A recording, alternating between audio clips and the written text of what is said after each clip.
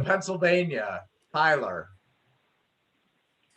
Hey, thank you so much, Scott and James. Thank you so much for your time. I have a quick question.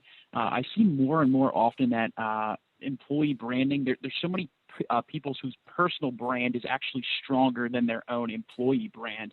And sometimes companies don't really like that, whether it's an ego thing or whatever the case may be. What advice do you have for companies to better handle these types of situations?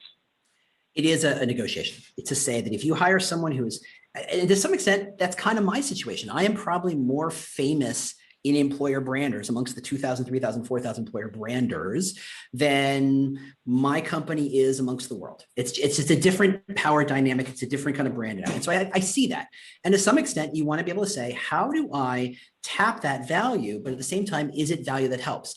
Does being famous amongst employer branders help Roku? I don't think so. It's not useful to them, and it's not really a necessary conversation. However, there are plenty of instances where you're hiring an amazing sales leader who just got an award and just came from this place, and you got to bring them in.